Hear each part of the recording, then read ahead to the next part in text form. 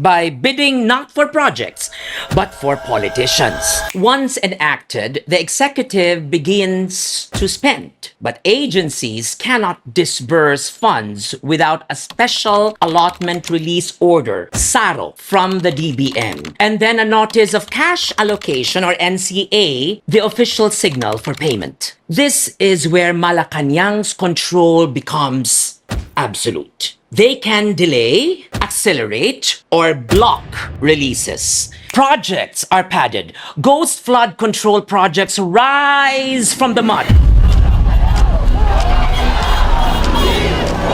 Iyan naman kayo sa inyong kapwa Pilipino. Kahayupan na ito. Hindi tao itong mga taon to.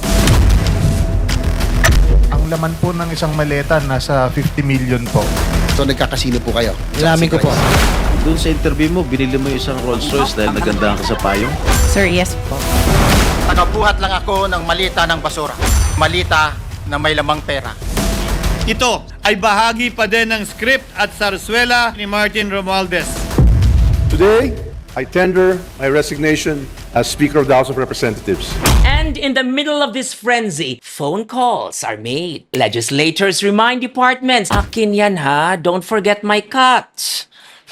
SOPs, standard operating procedures, run as high as 25 to 30% of the project costs. When even ghost projects can bleed real money, that's not governance. That's grave robbery. Corruption festers at every stage. At formulation, when the NEP is manipulated. At legislation, when insertions are smuggled in. At execution, when releases are selective. At implementation, when contracts are overpriced or never done. This is how syndicates and favored contractors like the Discayas secure their slots by bidding not for projects, but for politicians. We have the Anti-Graft and Corrupt Practices Act, the Procurement Law, RA 9184, and the Code of Conduct for Public Officials, yet they all remain powerless paper shields.